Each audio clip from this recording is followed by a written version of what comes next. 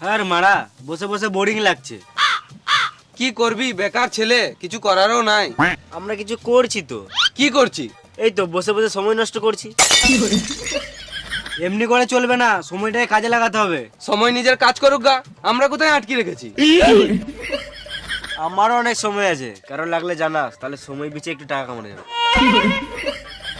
খ্যাপা চোদাগুলো, সময় কোনো মানুষের নাম নাকি তোদের জন্য কাজ করবে?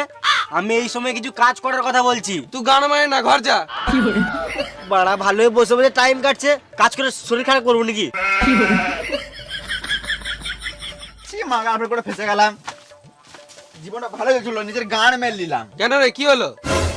একটু বিশ্বাস করে না রে মানা, শুধু বলে এটা করো না ওটা করো না। হ্যাঁ মা, ফালতু কথা বলি না তো, ব্যবসায় কি করা যায় সেটা বল। তোর মানলা তো তুই বাল বুঝবি।